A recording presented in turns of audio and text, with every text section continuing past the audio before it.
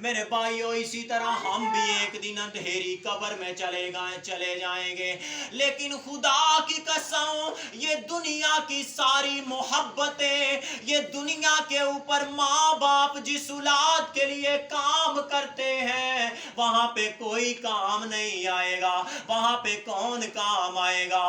اوے اوتھے کملی والا آوے گا، اوے اوتھے کملی والا آوے گا، اوے سانو گل نال لاوے گا، نالے بخشش دی مہر لگائے گا، پڑھو لا الہ الا اللہ لا الہ الا اللہ۔ اب وہ نوجوان کا جنازہ جب لے کے جایا جا رہا تھا، لوگوں نے جب قبر کے اندر اس کو دفن کر دیا، اب وہ کہتے ہیں وہ نوجوان جو تھا بڑا زانی تھا، شرابی تھا، گناہگار تھا، بدکار تھا، فاسق تھا، اس کو جب لوگ اندھیری قبر میں چھوڑ کے آ گئے، اب اس کے ایک رشتہ دار نے خواب کے اندر اگلے دن دیکھا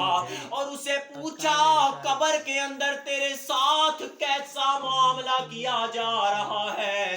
وہ کہنے لگا جس رات کو تم مجھے قبر کے اندر چھوڑ کے چلے گئے تھے، جس رات کو تنہا تم مجھے اندھیری قبر میں چھوڑ کے چلے گئے تھے، اسی رات کو اس قبرستان میں سے ایک اللہ والے کا گزر ہو گیا، سبحان اللہ۔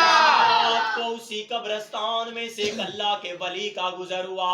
اب اس اللہ کے ولی نے کیا کیا؟ اس اللہ کے ولی نے اس قبر پہ کھڑے ہو کے یوں ہاتھ اٹھا کے دعا کی کہ یا اللہ اس قبرستان کے اندر جتنے بھی مردے ہیں، یا اللہ تو محمد مصطفیٰ کا صدقہ تو اسے بھی معاف کر دے، تو ان کا صدقہ سب کو معاف کر دے۔ سبحان اللہ۔ کہنے لگا کہ اس بندے کے درود پڑھنے کی برکت سے اللہ نے مجھے بھی معاف کر دیا، اس قبرستان کے اندر جتنے باقی لوگ تھے اللہ نے ان کو بھی معاف کر دیا، سبحان اللہ۔ اللہ نے ان کو بھی معاف کر دیا۔ تو پھر ہم کیوں نہ پڑھیں کہ صلی علی نبی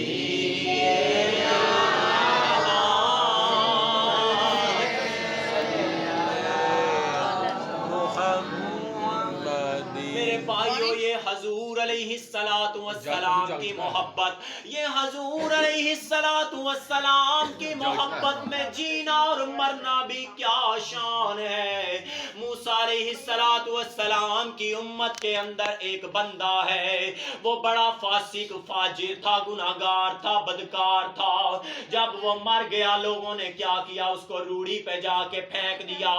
اب حضرت موسیٰ علیہ نبینا کو وحی آ گئی کہ اے میرے کلیم فلاں فلاں جگہ پہ میرا ایک بندے کو لوگوں نے پھینک دیا ہے، اے موسیٰ جا کے میرے اس بندے کو وہاں سے اس کوڑے میں سے اٹھاؤ، اسے غسل بھی دے دو، اسے نہلاؤ دہلاؤ۔ حضرت موسیٰ علیہ السلام سوچ میں پڑ گئے کہ یا اللہ وہ تیرا کون سا اتنا عظیم بندہ ہے؟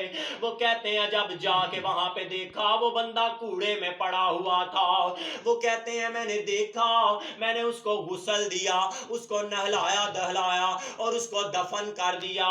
اب میں اللہ کی بارگاہ میں سوال کیا کہ یا اللہ اس بندے نے کون سا ایسا عمل کیا تھا جس کی وجہ سے تو اس کے ساتھ اتنی محبت فرما رہا ہے؟ اللہ فرمانے لگا اے میرے کلیم تجھے نہیں پتا جب یہ توریت کی تلاوت کیا کرتا تھا، جہاں جہاں میرے نبی کا نام محمد آتا تھا وہ چوم کے آنکھوں کو لگا لیا کرتا تھا۔ ہم نے اس کی اس ادا کی برکت سے ہم نے اس کے سارے گناہ معاف کر دیے۔ اس لیے تو ہم کہتے ہیں کہ عشق سرکار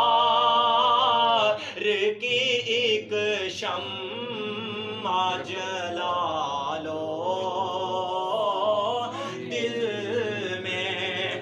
ارے یہ حضور علیہ السلام کے عشق کی